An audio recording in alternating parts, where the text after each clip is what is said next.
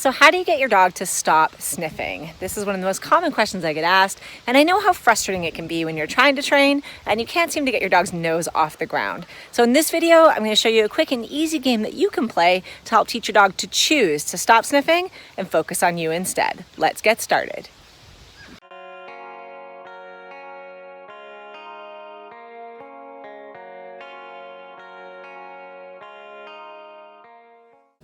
Hey everyone, it's Jess Martin here from Agile Dog Training, where we help you bring out the best in your agility dog. So if you're new to this channel, be sure to subscribe and hit the notification bell to make sure you don't miss any training videos. All right, if you're watching this video, I'm guessing you've experienced firsthand the frustration that can come along with training a sniffy dog. Now, I know many people will try to correct this behavior. They'll either pop on the leash, put their hand underneath the dog's nose, step at the space that the dog is trying to sniff, but often this just creates more pressure on our dogs and makes them want to sniff just farther away from us. It doesn't fix the problem at all. It can even cause avoidance in our training and make the dog think that this agility stuff is no fun, and we certainly don't want that in our performance dogs. But what if I told you there was a way you could help your dog choose to stop sniffing completely on their own choice? Would you be up for that? I bet you would be. I call it the Sniffy Dog game, and this game is going to help you become the most exciting thing in the field for your dog. Now, to play this game, you're going to need two different reward values, one low and one high. Something that your dog absolutely goes bananas for, probably not bananas, and something that your dog is, likes to take, but maybe so-so about. That's going to act as our distraction. So in this example, I'm going to be using cooked chicken and just plain Cheerios. My dogs are very food motivated, so they like Cheerios anyways. You may have to adjust this for your own particular dog. You can also use a toy as your high value reward if your dog prefers a toy over food.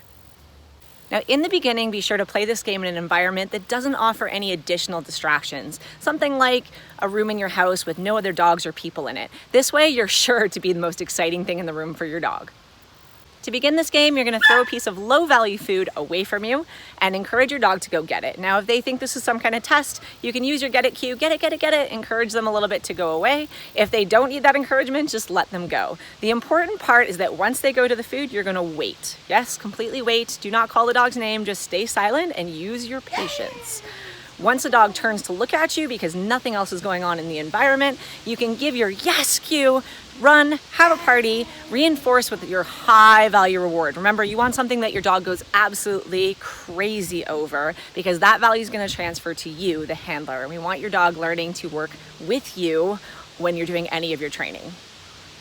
Now, you may have to repeat this step several times with your dog until you see that your dog is running back to you. They're more excited to come back than they were to go out to get the low value cookie. And that's exactly what we're looking for. We want your dog to realize that they can earn a higher paycheck by choosing to focus and connect with you instead. Once your dog starts to figure out this game, you can up the ante a little bit by tossing out several pieces of your low value food. And now what this does is it has your dog staying a little bit more disconnected for longer as they hunt from piece to piece. And this is important because a lot of dogs, once they really get sniffing, they have a hard time reconnecting back. So this will help kind of recreate that real world experience. Then it's time to change your environment. So go slowly here. I like to transfer from being inside my house just to my backyard where I know nothing really exciting is happening. Play the same game again, so you're going to throw your low value out. At this point, your dog already knows the game, so all you're doing is generalizing it to different environments.